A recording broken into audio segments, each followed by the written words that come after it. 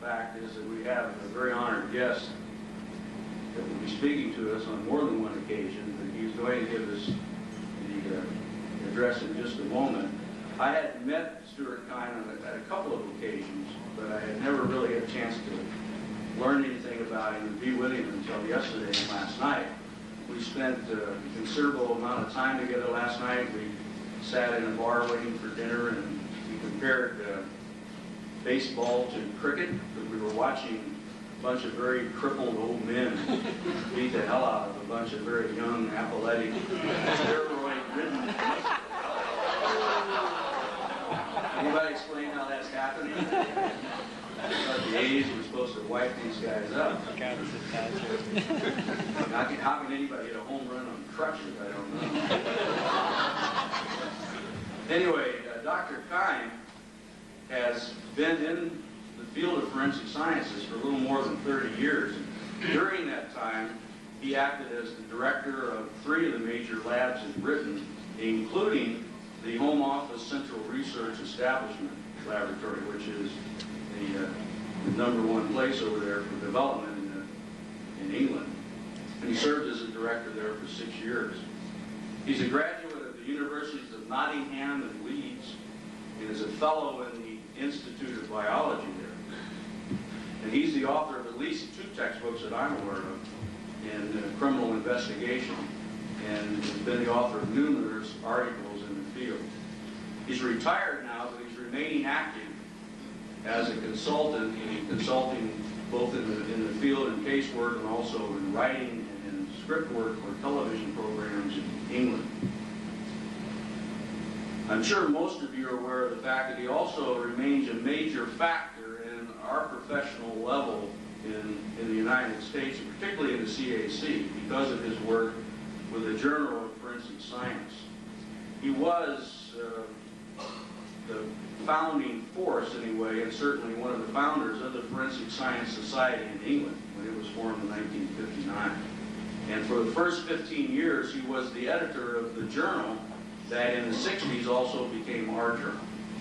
He served as their president and also as their secretary during the years of that organization. So I'm really honored to introduce to you Stuart Kine.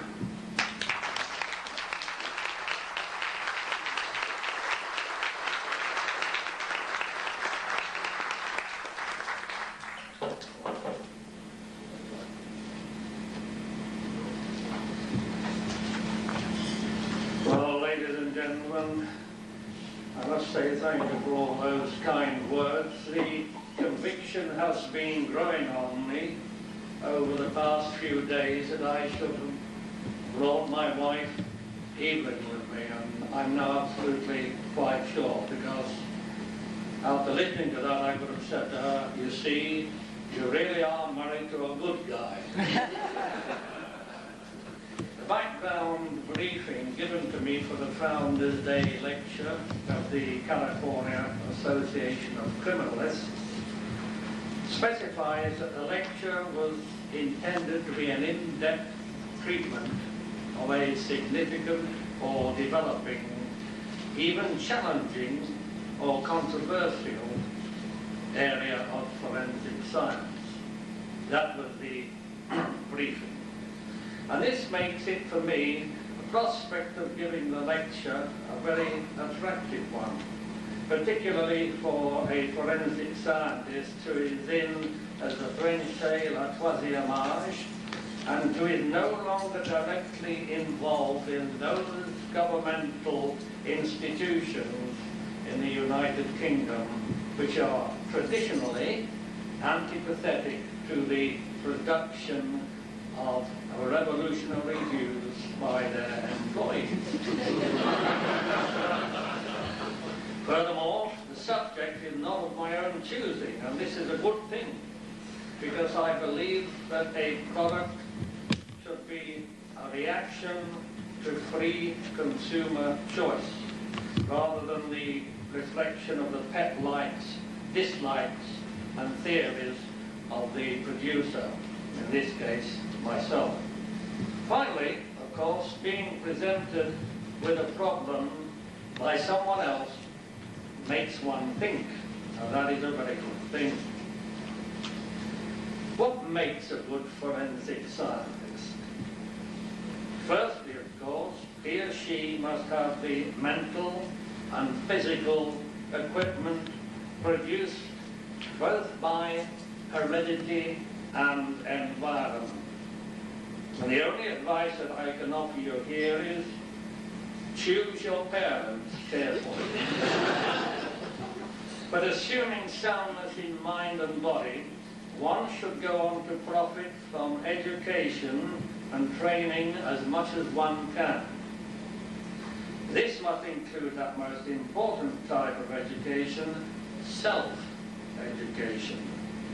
The good forensic scientist never stops searching and learning, not only in the specialist field where he or she excels, but in the constant re-examination of the backdrop against which a particular expertise is employed.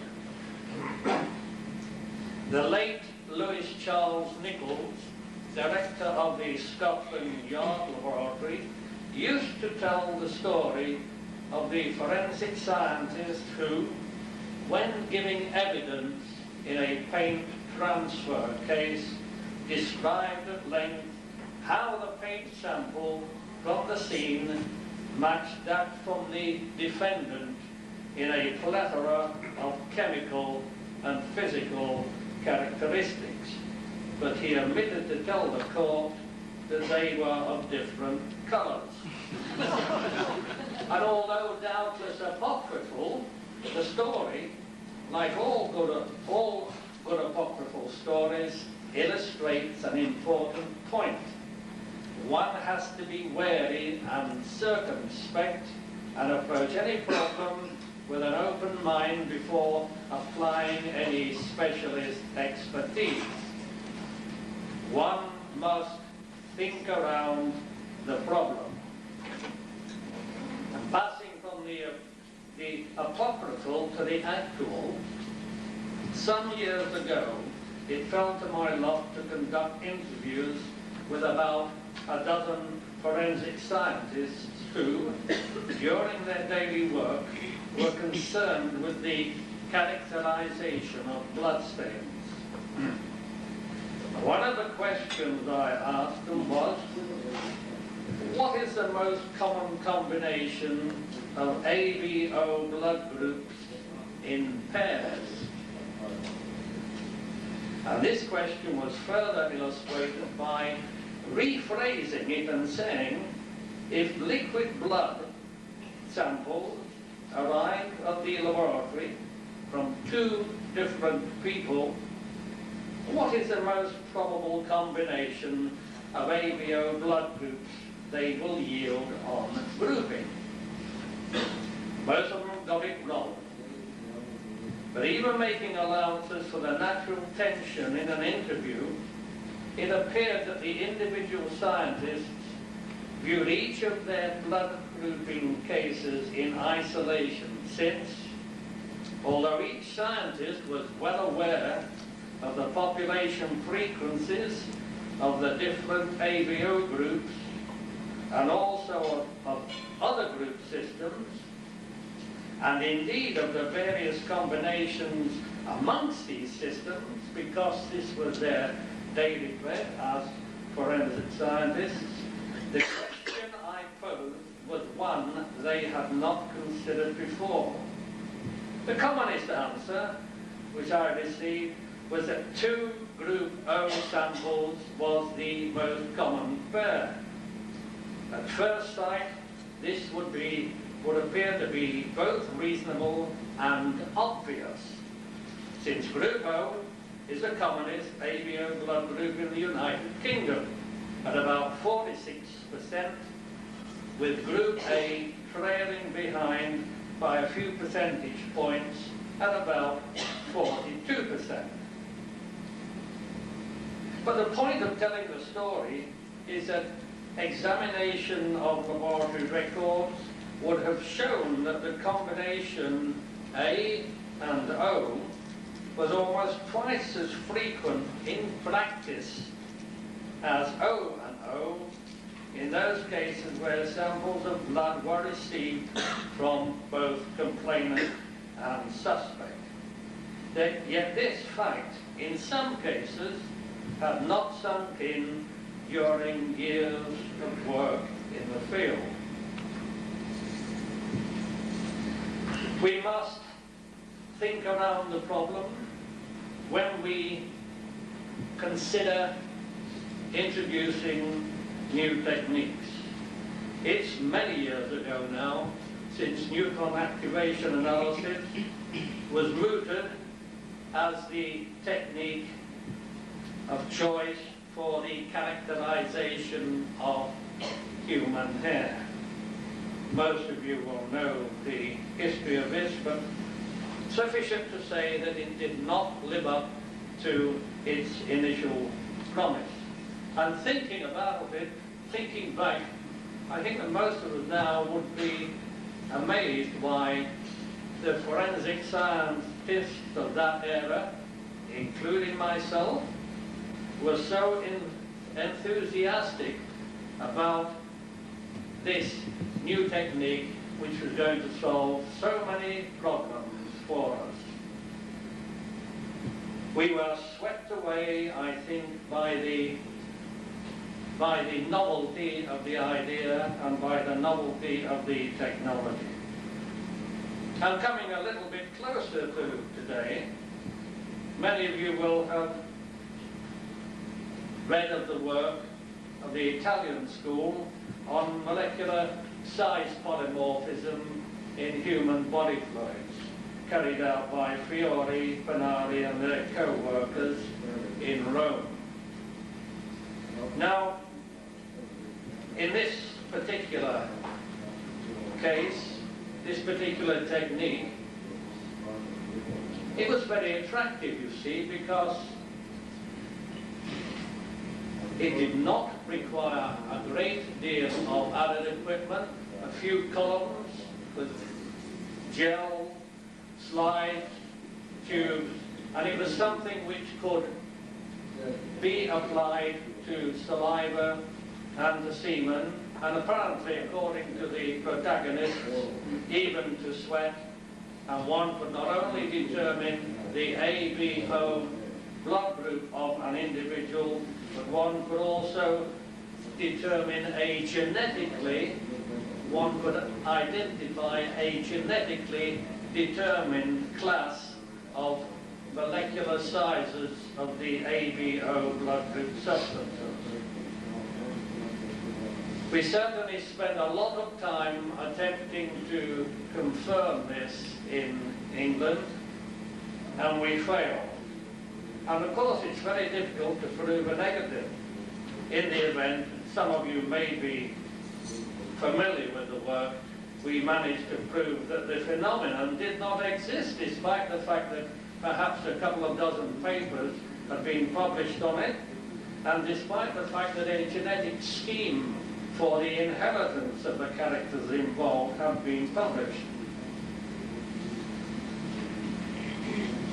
I've seen the California Association of Crime Lab Directors recommendations in relation to DNA fingerprinting.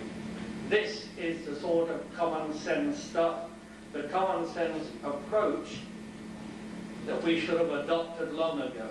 It's the common sense approach, the common sense thinking around the problem that we should have applied all those years ago to neutron activation analysis and to molecular size polymorphism.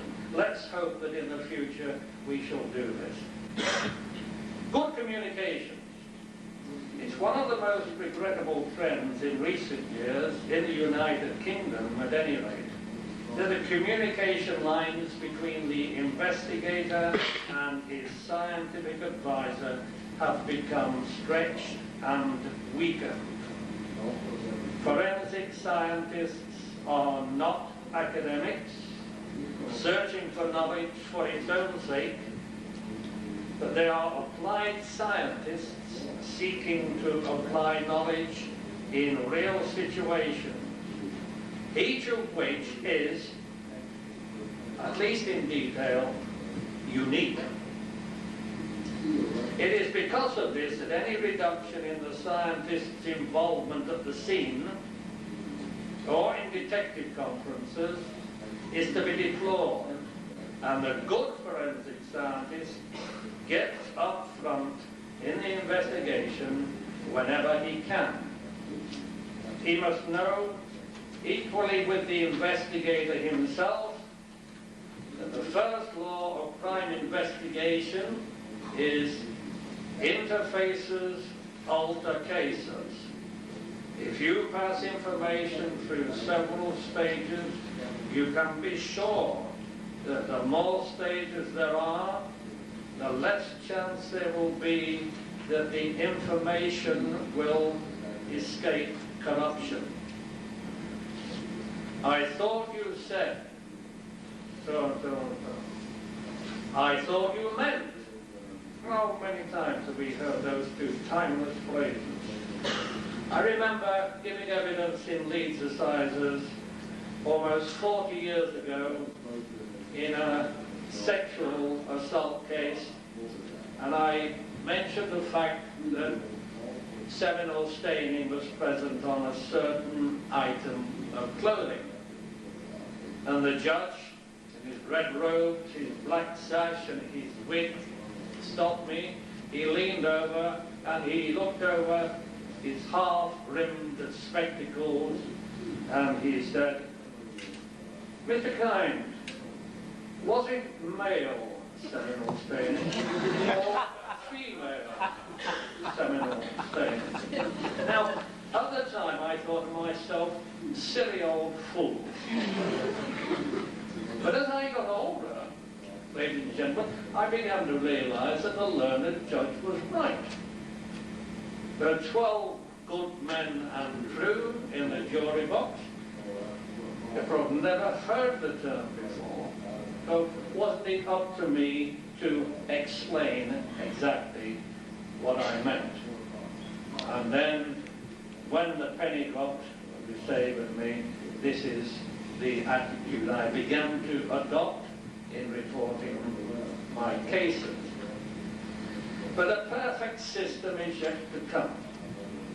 There will always be cases where you get only half the story, and the good forensic scientist in these communication problems is adept at spotting those instances in which information gargling has occurred.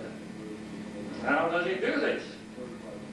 Quite simply by learning as much about the other man's job as possible, and from this gleaning what is most likely true and what is worth checking before it is accepted. Lewis Charles Nichols' story about the paint analysis given earlier is an excellent illustration of the blinkered approach, but there are many more illustrations, and you can doubtless think of quite a few yourself. A detective was driving his car along a highway in Yorkshire when he spotted a large truck ahead of him being driven in an erratic manner. He was an extremely experienced crime investigator, and he inferred from the manner of driving, he concluded the driver was unfamiliar with the controls, and so had probably stolen the vehicle. He thought as a detective. He radioed into the police control room and had the truck stopped by a police traffic car. The traffic man spotted the driver as a drunk.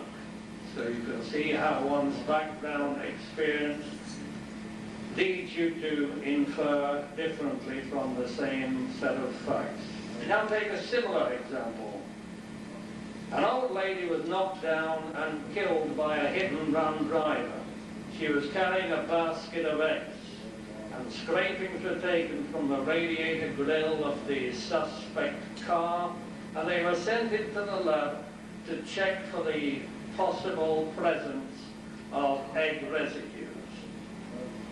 The forensic scientist applied a variety of analytical techniques, and I will hasten to say this was many years ago now, to the glutinous substance which was submitted, and he obtained various results which suggested that egg albumin and yolk were involved.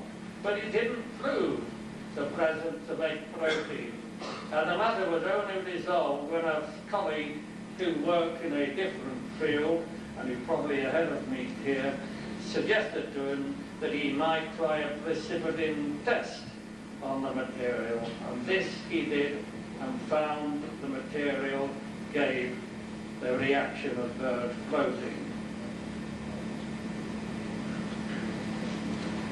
This business of communication can have very profound effects in those cases where members of the lab staff are called out to the scene. In the Newcastle laboratory many years ago, we had a system which we felt was pretty well a foolproof system to get a laboratory scientist to the scene out of laboratory hours. Now, we were a small lab, and over the weekend we evolved a system of on-call police liaison officers, because each laboratory employed 2 police liaison officers who were responsible directly to the director in the lab.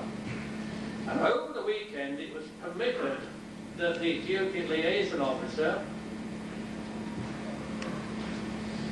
would be allowed, as usual, to go home as long as he informed the control rooms of the 2 police forces which we served that he was going home, and gave his telephone number where he would be available.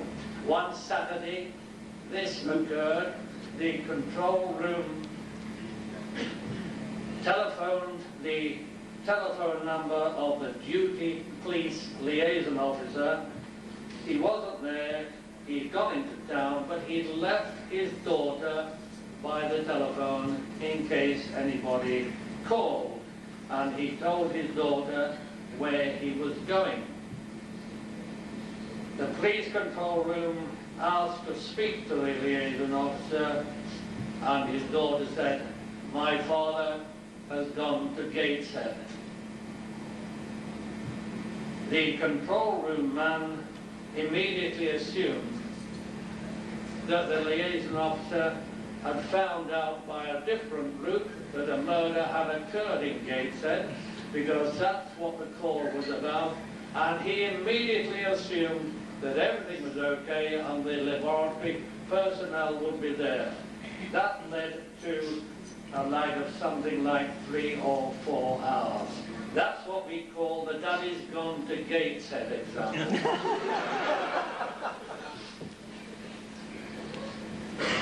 Unfortunately, some of the examples are so unlikely that they are on the verge of incredibility. And if you forgive me talking about the Yorkshire Ripper, I always talk about the Yorkshire Ripper since I was so very closely involved in the review. Let me give you the following example of the holes, the pitfalls in language. The Yorkshire Ripper was convicted of the murder of 13 women and the attempted murder of 7 women.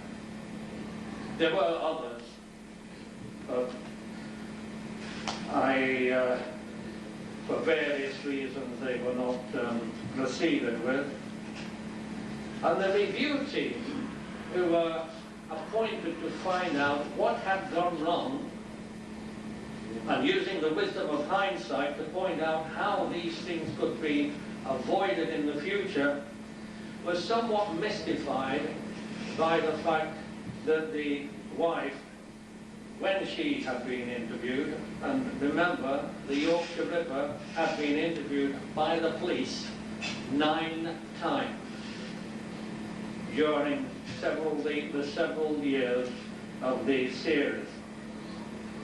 And we noticed that the answer to one question posed by an interviewing police officer to the wife of the Ripper was, the question was, does your husband go out often? And she replied, no. And in fact, the Yorkshire Ripper appeared to have been, in many ways, a bit of a home bird. He was a highly competent do-it-yourself expert, amongst other things. No, my husband does not go out often. When she was interviewed after the husband had been sentenced, it appeared that when she replied to this question, she replied to it on the basis that go out was meant in the Northern English sense of going out on a formal occasion. That is, to put on a jacket and tie or a long dress or whatever. It is incredible, but the police officers who interviewed her came to the conclusion that she was not lying and that it was a genuine mistake, a genuine error of communication. And these police officers were all individuals of profound CID experience who'd been in the job over 30 years, so they were not likely to be taken in easily. A connected question. We must all widen our expertise as much as we can. This curiosity about related fields of expertise is a hallmark of the good forensic scientist. He may, of course, meet with a wall of suspicion. Is this guy trying to take over my job? But he must overcome such obstacles and convince a suspicious colleague that the more he knows about the co-worker's specialty, the more likely are problems in that specialty to finish up on the right bench or in the right in-tray. And in the various laboratories I've directed, I've adopted this widening of expertise attitude, sometimes against initial stiff resistance, because forensic scientists, like us all, are creatures of habit. And in one laboratory, I arranged that all those staff who gave evidence in safe-breaking cases were to be given practical lessons in how to open safes using both explosives and thermic lancers. And this led one wit to asking me if it was part of training for retirement. And in another of my laboratories, I organized a petrol gasoline bomb throwing session. I should hasten to add that this was at the Fire Brigade training school, and for all those people who were likely to give evidence in such cases. And this wasn't merely a fun day, although it was a lot of fun, I can tell you that. And somewhere there's even a colour photograph of me hurling a petrol bomb, just as if I were an elderly agitator on the streets. I saw it once, and then the member of the staff who took it insisted that he'd lost it, and I've never seen it since. And I say, it wasn't merely a fun day. Think of the powerful position it puts the witness in when defense counsel heaves himself out of his seat to cross-examine, and he incautiously says, Miss Dr. Bloss, have you ever thrown a petrol bomb? What a wonderful start to your evidence. Yes, sir, I have. It's rather the same as the actual case where I went into the witness box in Leeds and in a rape case.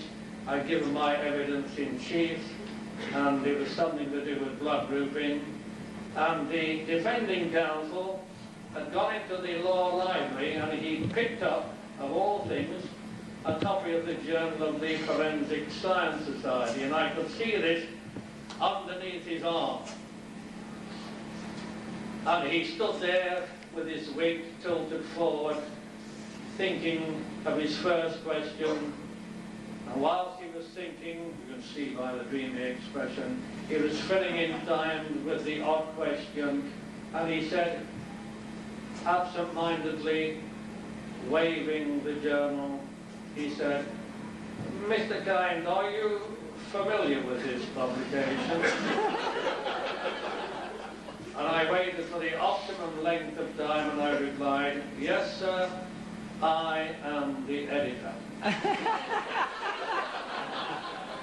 And the gale of laughter which followed quite ruined the defence case, because after that, he really couldn't gather his wits together again. Incidentally, through he points another basic rule for counsel this time, rather than for a witness. Never ask an expert witness a question unless you already know what the answer is going to be. But unfortunately, for counsel anyway, most of them, although they should learn this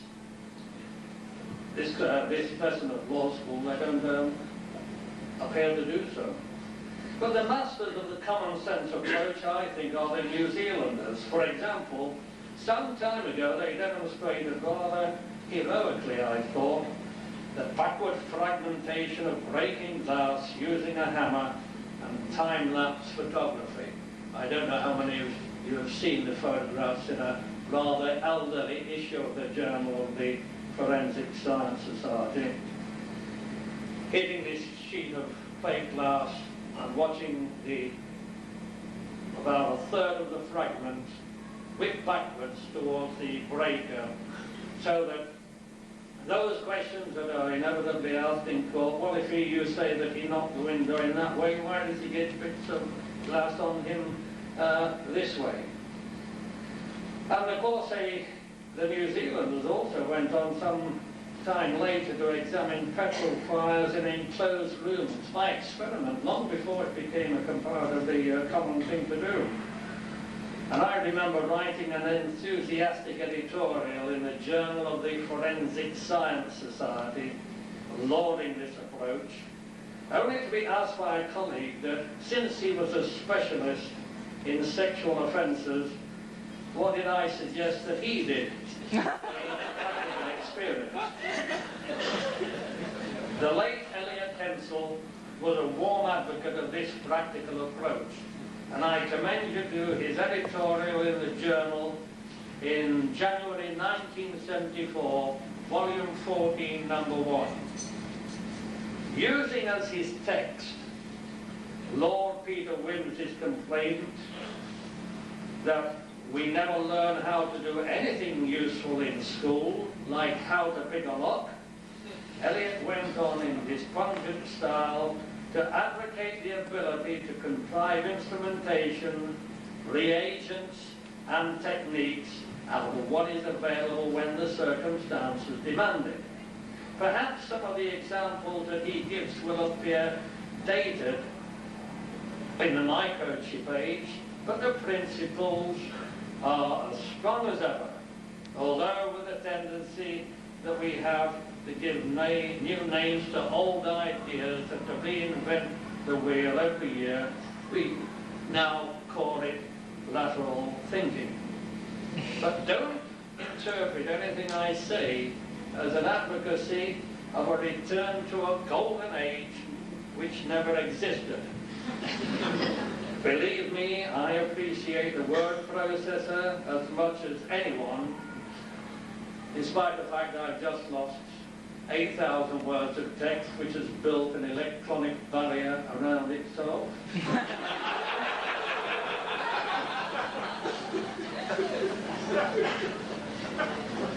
And the advent of the dedicated computer in instrumental analysis allows us both to obtain more accurate more accurate results and more of them, and to assess their worth in a way far more penetrating than ever before. But all this wonderful instrumentation is only of value inasmuch as we can see its place and function within the requirements of modern society.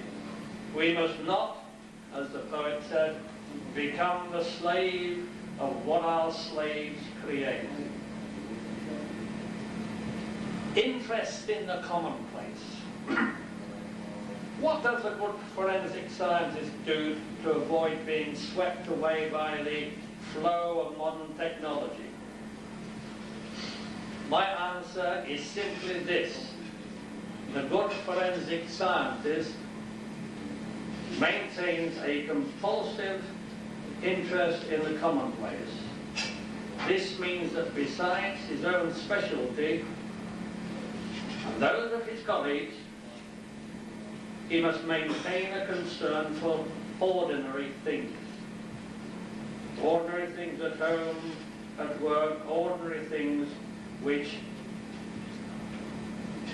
are connected with his own casework. You must ask questions when you see something unusual of yourself. Why is that so?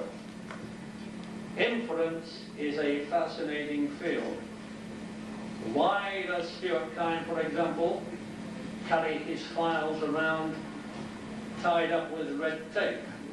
Some of you will know the answer to that one, but I won't tell you at the moment. But another example I give is I have a tie with a crocus on the front, rather a beautiful tie which was given to me by a friend. And people say, what's a die? And I tell them, unless they're forensic scientists. And if they're forensic scientists, I'll say, well, look, if you found a naked body strangled with this tie, and the fingerprints were not on record, you couldn't have no eyewitnesses, absolutely nothing, how would you use a tie with a string crocus on it to start to give you a lead into which direction to go? And this is quite a commonplace example, and essentially we haven't got time to go into the whole convoluted argument, except to say that if you ask the right questions, you would have found that that tie with a crocus on was the tie of the Nottingham City Police Criminal Investigation Department, and that they had presented a copy to Stuart Kine, who unfortunately was later strangled with it and left naked on the ground. But the point of the story is this, that there is the information there. The more we know, the more we can pluck out of commonplace circumstances. The actual process of reasoning which led the questioner to the Nottingham CID, it taken rather too long at the moment, but it is possible. But let me tell you of an actual example now. About 20 years ago, we received a sample of blood in for alcohol analysis at the Newcastle laboratory. We analysed it and we returned a 0 alcohol content. Now this mystified the police officer in the case, the arresting police officer, because not only was the man quite drunk, he reeked of alcohol and he admitted drinking a large amount of alcohol. He received a report from the laboratory which said no alcohol in the blood. So we went back and we checked, 0 alcohol. But at that time, there was the possibility for the defendant to take a sample of blood for himself. So the police surgeon would always take 2, and 1 would be offered to the defendant. But in this case, the defendant refused a sample, and he was still at the police station. So we said, well, just to check it off, send the defendant's sample in too. This they did, and we found that it contained a very high level of alcohol.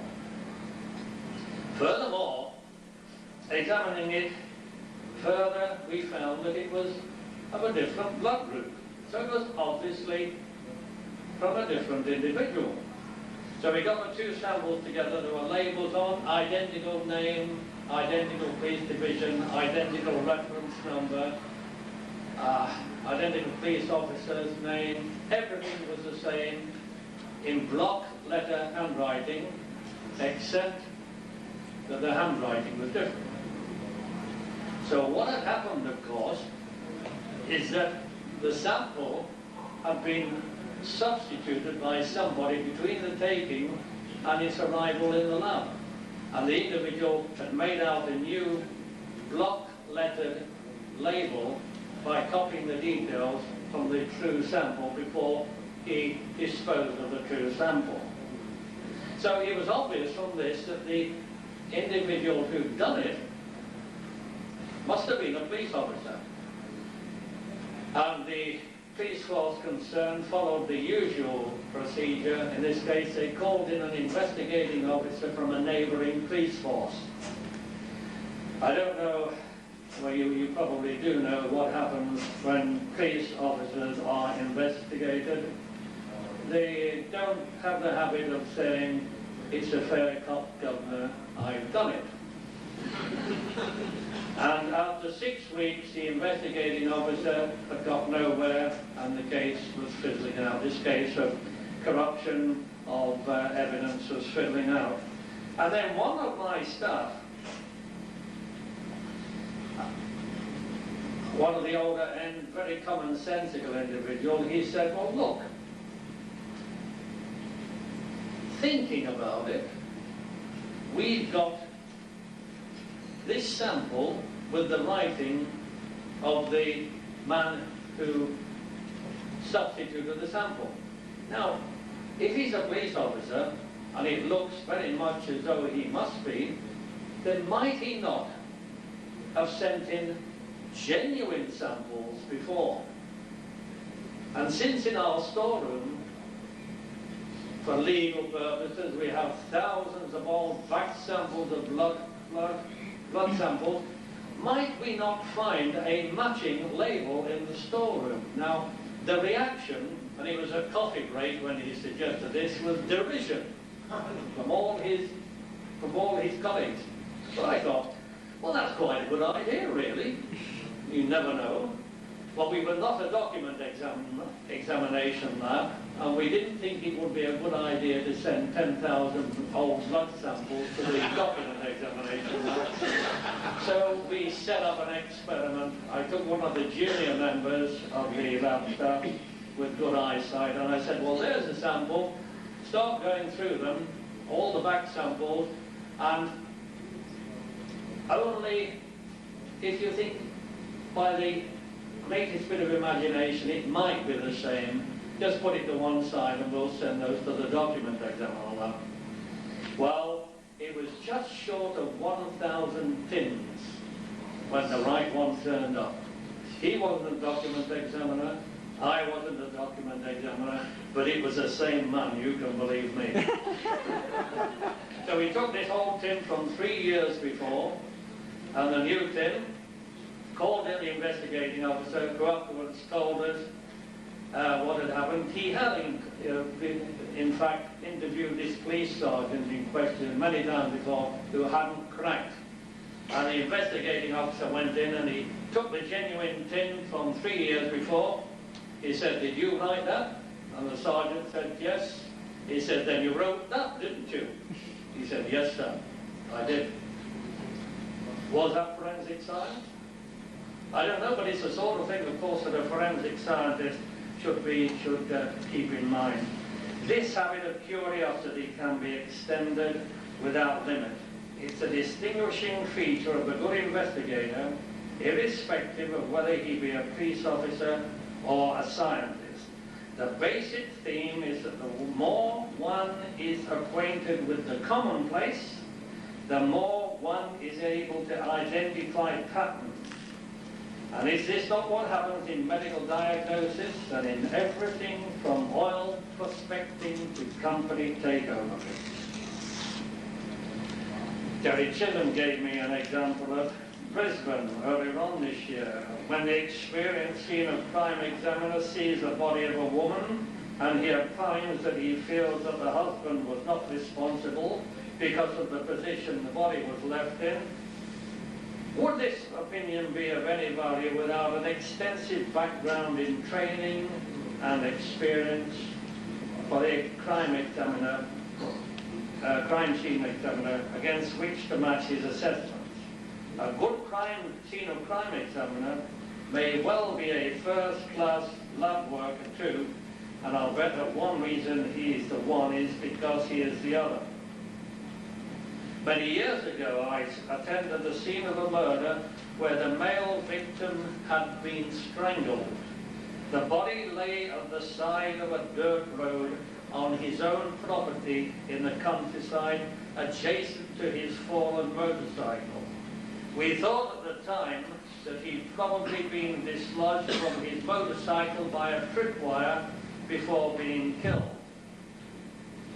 A few yards from the body, near to the workshop of the deceased, were the remnants of a bonfire, and in the burned debris was a large charred coil of stout copper wire.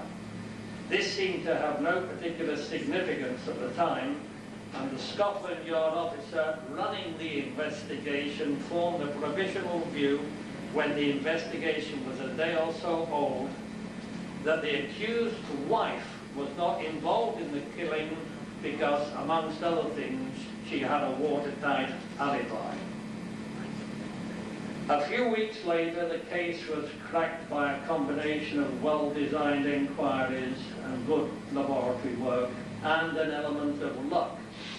The wife was responsible for the husband's killing. She'd arranged for the killing of her husband by a third party, and then she provided herself with an alibi. But the point of telling the story is that in all the quarter of century since this case occurred, I've regularly asked myself why we so easily dismiss the coil of copper wire as being of no significance. Why, in fact, did we dismiss it as commonplace? I'll know better now. There's much more to that case, ladies and gentlemen, and perhaps tomorrow I'll be able to mention one or two other facts relating to it, but I cannot resist telling you the way the case was finally cracked, which was indeed a triumph for forensic science. After the lengthy inquiries, which took about 6 weeks, suspicion focused on a slaughterman, a man who worked in a slaughterhouse and whose clothing was covered with blood of all sorts, cow, pig, sheep, and so on. And we had the job of seeing if we could find any human blood amongst that lot. Now you can imagine the problem. So we decided to take equipment to the accused's house. And I sent one of my senior assistants there. He went into the accused's house, he was at work, his wife was there, and she'd been steadfastly alibying her husband every time she'd been interviewed. The police officer accompanying my colleague said, "Oh, this is Mr. Alpage. Do you mind if he examines your husband's clothing?" "Oh, not at all." And Ron Alpage took out his tray of material, put it on the table, opened up his briefcase, took out his lab coat, his white coat, put it on, and as he buttoned it up, the wife burst into tears and confessed that her husband, that she had in fact been falsely alibying her husband. The sight of the white coat technique. Weeks the police had been trying to break down that lady, and the minute she saw a white coat, she cracked. That is a success for science, on the prepared mind. The good forensic scientist should cultivate serendipity. And that is the knack of making happy discoveries by accident. very useful quality. Put another way, he must remember that fortune favours the prepared mind, as is so well illustrated by Fleming's discovery of penicillin. When that particular spore of Penicillium notatum floated through the window of St. Mary's Hospital in London and landed and grew on the bacterial culture plate, and its secretions lysed the adjacent gram-positive bacteria, do you think that this was the first time that such a culture plate had become infected in this way? I very much doubt it. But Fleming did two things. He noticed it and he asked himself why.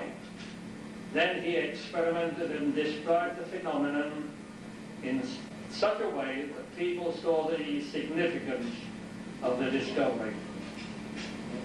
On a much more modest scale, I made such a discovery myself. In the early 1970s, I took out a patent on a substance which I called Lycode, which was simply Lycopodium spores dyed with basic dyes.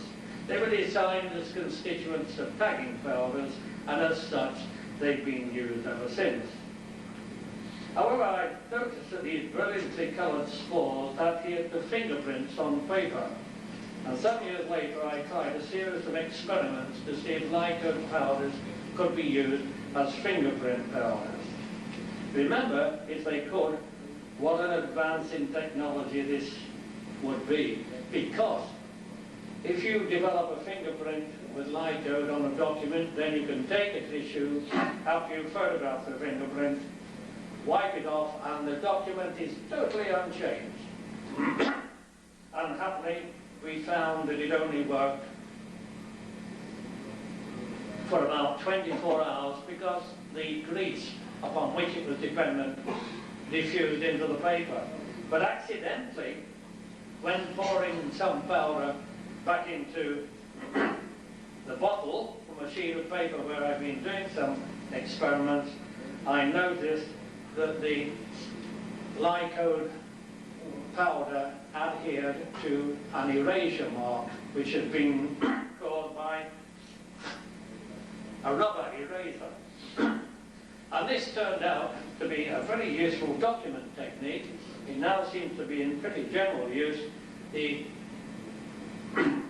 development of eraser marks on paper by the use of Lycode powders, and afterwards they can be removed entirely without any trace being left on the paper.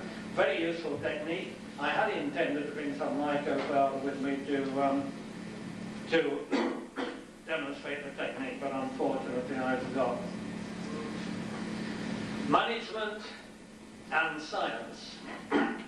The good forensic scientist fights against the idea that managerial and administrative functions are somehow superior to work as a scientist.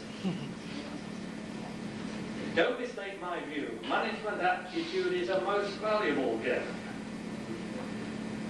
A most valuable gift for anyone to possess, but the good forensic scientist does not acquire this at the expense of degrading his professional expertise.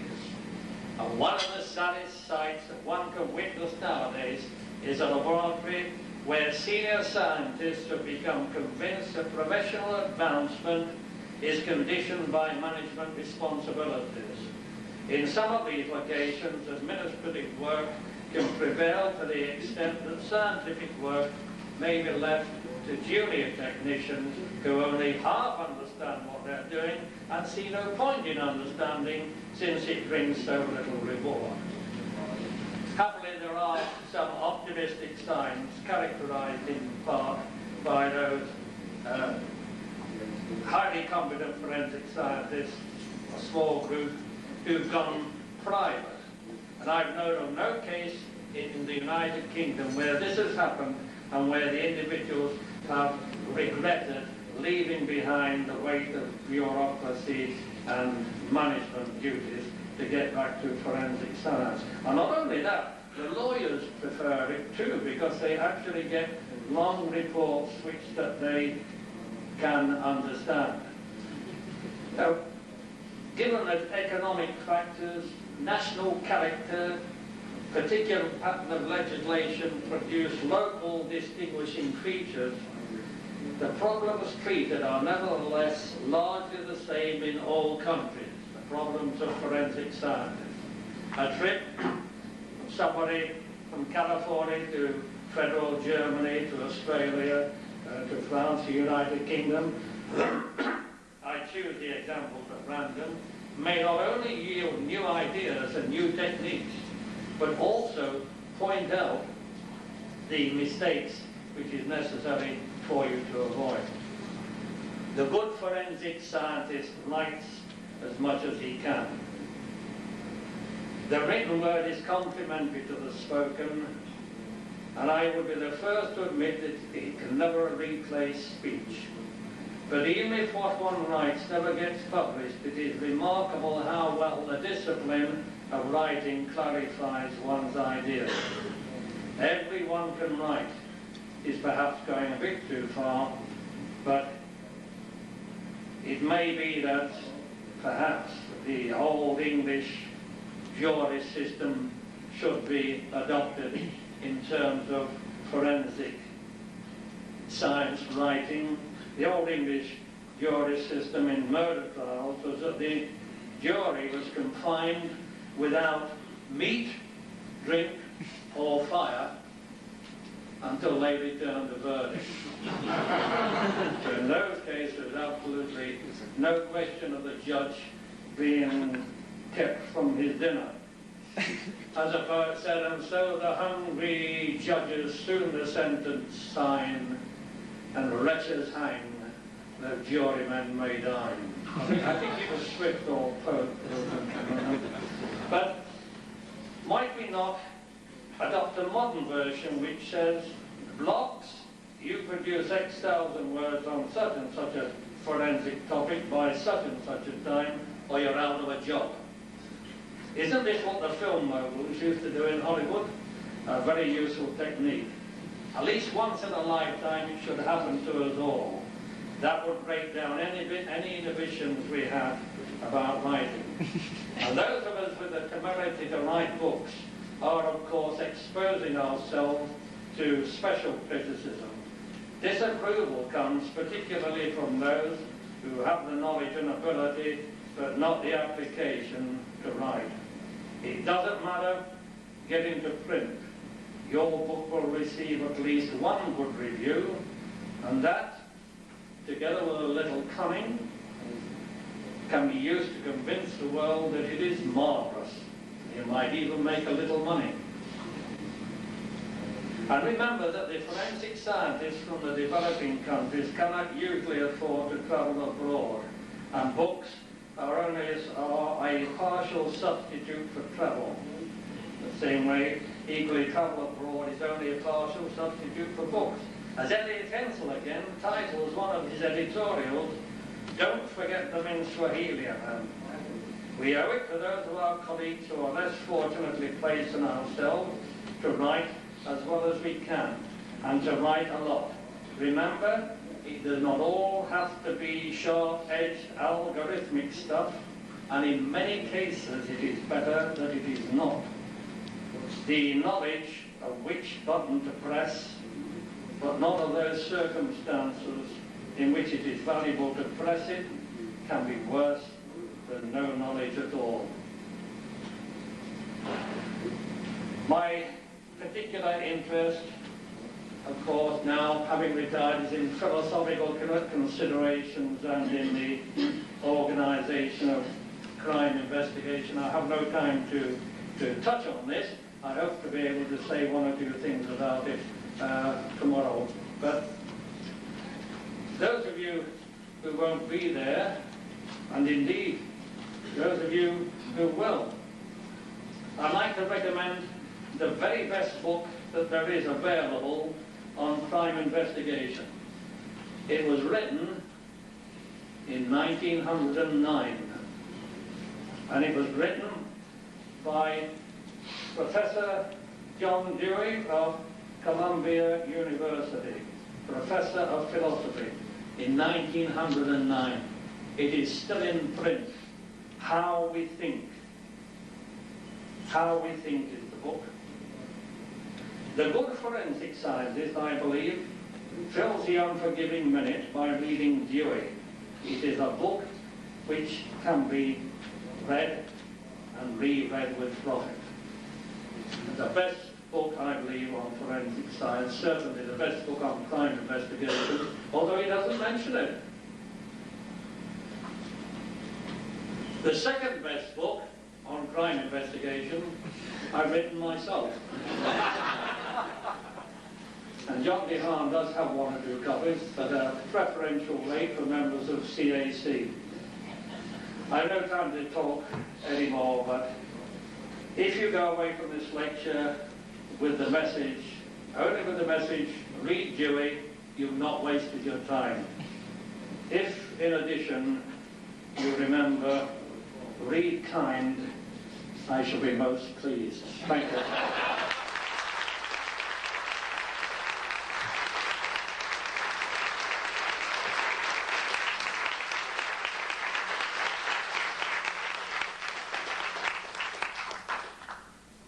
Thank you, Professor Kind, for a very entertaining and informative hour.